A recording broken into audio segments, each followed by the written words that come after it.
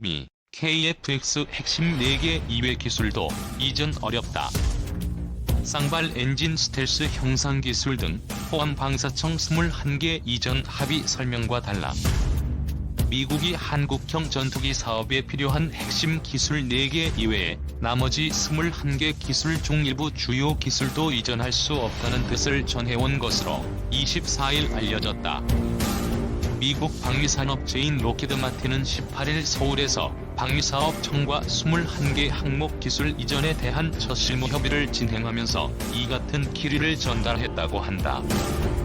미국 측은 쌍발 엔진 및 스텔스 형상 관련 등 주요 기술을 이전 거부 대상에 포함시킨 것으로 알려졌다. 방사청은 당초 21개 기술은 지난해 9월 로키드 마틴의 스텔스 전투기 F-35E를 공군의 자기 전투기로 결정하면서 절충 교역 조건으로 계약했다고 설명해왔다. 미국이 4월에 이전을 거부한 4개 기술은 미국 정부의 수출 승인이 필요한 것이지만 21개 기술 이전은 합의된 것이라던 방사청의 설명과 다르다는 지적이 나온다. 이와 관련해 KF-X 개발 사업 우선 협상 대상자인 한국항공우주산업의 최대 주주인 산업은행 사외이사들은 KF-X 사업 투자금 회수 방안을 마련하라고 카이 측에 요구한 것으로 알려졌다. 장명진 방사청장은 지난달 국회 국방위원회 국정감사에서 현재 21개 품목에 대해 수출 승인이 났는데 4개 품목에 대해서는 승인이 안 됐다는 사실을 6월 청와대 국방비서관과 토의했다고 말했다. 미국이 21개 기술 중 일부라도 이전을 거부하면 2025년 KF-X 개발 완료 일정이 늦춰져 전력 공백으로 이어질 가능성이 커진다.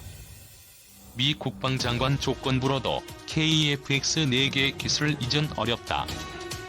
박근혜 대통령을 수행해 미국을 방문 중인 한민구 국방부 장관이 미국 애쉬턴 카터 국방장관을 만나 한국형 전투기 KF-X 핵심 기술 이전을 다시 한번 요청했지만 미국 측은 조건부라도 어렵다는 입장을 밝혔습니다. 애쉬턴 카터 미국 국방장관은 현지 시간으로 15일 미국 국방부에서 한민구 국방부 장관을 만난 자리에서 한국형 전투기 4개 핵심 기술 이전 문제를 협의했으나 조건부 KF-X 4개 기술 이전은 어렵다는 입장을 밝혔습니다. 카터 장관은 한민구 국방장관이 KF-X 사업을 위한 기술 이전에 대해 전향적으로 검토해 줄 것을 요청한 데 대해 이같이 말했다고 국방부가 밝혔습니다. 한 장관은 미국 정부가 지난 4월 기술 이전을 공식 거부한 AESA 레이더와 적외선 탐색 추적 장비 등 4개 핵심 기술을 이전해주도록 요청했습니다. 이에 대해 카터 장관은 기술 협력 방안을 공동으로 모색해보겠다고 강조하면서 4개 핵심 기술 이전은 어렵다고 밝혔습니다. 카터 장관의 발언은 한국 정부가 원하는 나머지 21개 기술에 대해서는 협력 방안을 공동으로 모색해보자는 취지로 분석됩니다. 우리 정부는 4개 핵심 기술 이외 공중급유 설계 기술과 선진 비행제어 법칙 개발 기술 등 21개 기술 이전 승인을 미국 정부에 요청해놓은 상황입니다. 이와 관련 양국 장관은 KF-X 사업 협력을 포함해 방산기술 협력을 증진하기 위한 한미 간 협의체를 구성 운영키로 합의했다고 국방부는 설명했습니다. 이 협의체에는 양국 외교부와 국방부 등 여러 기관이 참여할 것으로 예상되며 양국은 이와 관련한 세부적 방안을 곧 논의할 것으로 알려졌습니다. 한 장관은 카터 장관에게 4개 핵심 기술 이전을 요청하면서 해당 기술이 제3국으로 이전되지 않도록 하겠다는 조건을 제시한 것으로 전해졌습니다. 한국형 전투기 사업과 관련해 미국 정부가 이전을 거부한 4개 핵심 기술은 다중 위상 배열 레이더와 적외선 탐색 및 추적 장비, 전자광학 표적 추적 장비, 전자전 제모 항전 장비 기술 및 이들을 전투 임무 수행 컴퓨터와 체계 통합하는 기술이다.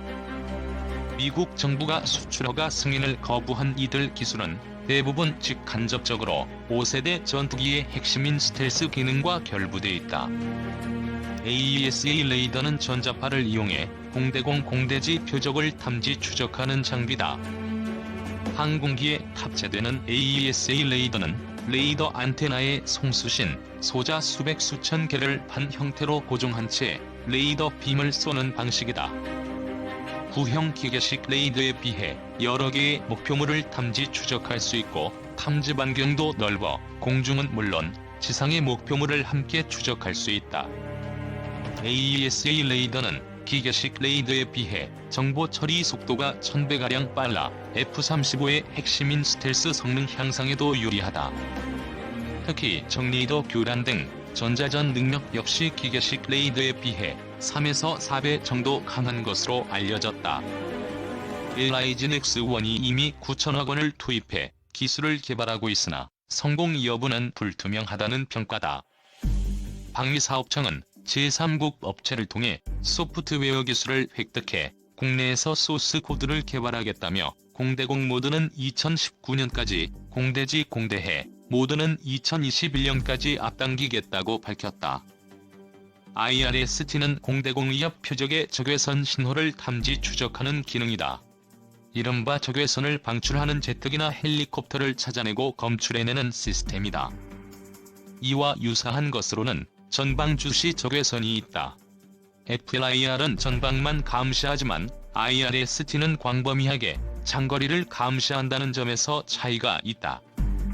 EOTGP는 전자광학 및 적외선 센서를 통해 주야간 표적을 탐지 추적하고 레이저를 이용한 무장 유도 및 지상 표적에 대한 정밀 타격이 가능한 항전 장비다. 전자파 방해 장비인 RF 제머는 위협 신호를 수신해 자동으로 추적하고 기만 신호 및 잡음 재밍 신호를 방사함으로써 항공기의 생존율을 증대시키는 핵심 장비다. 장명진 방사청장은 IRST, EOTGP, RF 제머 세 가지 항전 장비 개발 및 항공기와의 체계 통합 가능성에 대한 기술 검토를 한 결과 국내 개발을 우선적으로 추진하되 필요하면 해외 기술 협력 개발을 수행하겠다고 밝혔다. 결국 4개 핵심 기술은 AESA 레이더의 소프트웨어인 공대지 공대해 모드 알고리즘과 CFCC와의 체계 통합 기술 확보가 열쇠다. 나머지 3개 항전 장비 기술 역시 CFCC의 원천 코드 기술 확보와 체계 통합 기술의 승부가 달려있다.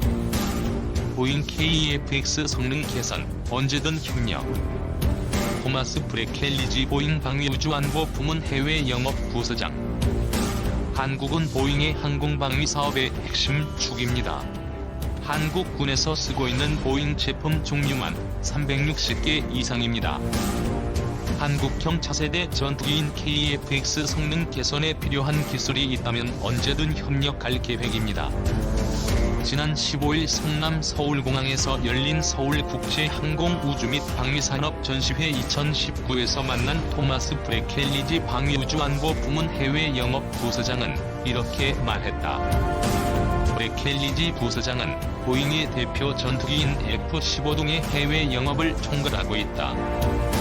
한국 방위산업에서 보잉은 빼놓을 수 없는 이름이다. 최근에도 조단위 수주를 따냈다. 지난해 우리 군이 6대 도입을 결정한 P-8A 해상 초계기의 경우다. 북한의 전차와 공기부 양정 침투에 대응하기 위해 육군은 대형 공격 헬기로 보잉의 아파치 가디언을 낙점 2018년까지 총 36대를 구매했다. 아군의 요격기를 지휘 통제하는 비행기인 공중조기경보통 제기 사업도 보잉의 피스-I가 선정됐다. 브레켈리지 부서장은 보잉이 한국 방산 시장에서 성공을 이어갈 수 있었던 배경으로 한국 시장에 대한 투자와 헌신을 꼽았다. 그는 보잉이 지난해 한국에서 쓴 부품 구매 비용은 4억 달러다며 2008년부터 지난 10년간 누적으로는 35억 달러에 달하며 이는 외국계 항공방산 업체를 통틀어 가장 많은 금액이라고 말했다. 브레켈리지 부서장은 이어 한국에 지난 5년간 투자한 연구 개발비는 640만 달러 수준이라며 방산 거래 조건인 절충 교역비로 한국에 쓴 돈은 지난 10년간 50억 달러에 이른다고 덧붙였다. 브레켈리지 부서장은 한국의 최대 무기 개발 사업인 한국형 전투기 사업에 보잉이 기여할 부분이 크다고 했다. KF-X는 2021년 4월에 첫 시제기가 출고될 예정이며 시험 비행을 거쳐 2026년 1차로 전투기 8대를 공군에 납품될 계획이다. 브래켈리지 부서장은 F-15의 개량형인 F-15X에 들어갈 신기술들이 KF-X에도 호환이 가능한 것으로 파악됐다며 한국군에서 기술 판매 이전 등을 원하면 언제든지 협력할 준비가 돼 있다고 했다. F-15X는 전투 지역을 360도로 볼 수 있는 센서 시스템, 적방공망을 교란하면서 지상 공격을 감행하는 데 필요한 전자전 체계를 갖춘 것으로 알려졌다. 주철기 청와대 외교안보 수석이 한국형 전투기 개발 사업과 관련해 미국이 기술 이전을 거부할 가능성이 높다는 점을 미국에 정식 통보 1년 전인 지난해 5월 이미 보고받은 것으로 확인됐다. 김관진 청와대 국가안보실장은 2개월 앞선 지난해 3월 국방부 장관으로서 기종 변경을 결정한 방위사업 추진위원회를 주재한 바 있다. 미국의 기술 이전 거부 가능성을 인지하고도 별다른 대책 없이 F-35A로의 기종 변경을 주도하거나 묵인한 두 사람의 책임을 물어야 한다는 지적이 나온다. 청와대가 논란이 일자 뒤늦게 정책 결정 과정 조사에 나선 것도 두 사람을 면책하려는 것 아니냐는 의혹이 제기된다. 6일 청와대와 정부 관계자들의 말을 종합하면 지난해 5월 주철기 청와대 외교안보 수석 주재로 열린 한국형 전투기 사업 대책회의에서 복수의 자문위원들이 미국은 동맹국의 전투기 개발에 대해 부정적인 정책과 태도를 보여왔다며 핵심 기술 이전 및 개발비 분담 협상의 난항이 예상된다고 지적했다. 특히 자문위원들은 이 자리에서 위상 배열 레이더 적외선 탐색 및 추적 장비 전자광학 표적 추적 장비는 미국이 수출 승인을 불허하는 기술이라는 점을 분명히 밝힌 것으로 전해졌다. 실제로 지난 4월 미국은 이들 세 가지 장비와 함께 전자파 방해 장비를 전투기에 통합하는 기술 등 4건에 대한 기술 이전 불허 방침을 최종 통보했다. 그러나 청와대는 이날 회의에서 이런 우려가 제기됐음에도 명확한 지침을 내리지 않았고 결국 공군과 방위사업청은 같은 해 9월 로키드 마틴의 F-35E 40대 구매 계약을 체결하며 사업 추진을 본격화했다. 기술 이전이 어려울 가능성을 알면서도 개발에 8조 원, 양산에 10조 원이 소요되는 전투기 개발 사업을 졸속 추진한 셈이다. 또 당시 방사청은 로키드 마틴이 처음부터 이들 핵심 기술을 넘겨주기 어렵다고 밝혔음에도 관련 기술 이전이 가능하다고 했던 보잉의 F-15SE를 탈락시키고 F-35E를 선택했다. 그러나 청와대는 지난달 국정감사에서 논란이 불거지자 민정수석실에서 국방부와 방위사업청의 정책 결정 과정 등을 조사하겠다며 몰아세로 일관했고 최근에는 김관진 실장과 주철기 수석에 대해 일부 책임은 있으나 검찰 수사가 필요한 사안은 아니다라고 봐주기식 결론을 내린 것으로 전해졌다. 또 필요하다면 주요 핵심 기술을 자체 개발할 수 있어 계약을 체결했다는 방사청의 해명을 받아들인 것으로 알려졌다. 방사청은 최근 국회 국방위원회에 보낸 해명 자료에서 미국의 수출 승인을 위해 애쓰고 있다고 밝혔으나 실제로는 국방부 장관과 공군 참모총장 명의의 공문만 한 차례씩 보낸 것으로 알려졌다. 김종대 정의당 국방개혁단장은 청와대 주재로 전문가들이 허심탄회하게 문제점을 놓고 토론해야 할 판에 마치 남의 일 취급하고 있다고 비판했다. 국회 국방위원회도 8일 국방부 종합감사에서 방위사업청의 과장 보고 및 손놓은 기술 이전 노력 등에 대한 책임을 물을 방침이다. 국회 국방위 관계자는 방사청은 기술 이전이 불가능하다는 점을 사전에 알면서도 정부가 노력하면 가능할 것처럼 국회와 언론에 홍보해왔다며 애초에 장밋빛 전망을 내놓은 배경과 이후에도 기술 이전을 위한 노력을 전혀 하지 않은 점 등을 집중적으로 추궁할 것이라고 말했다.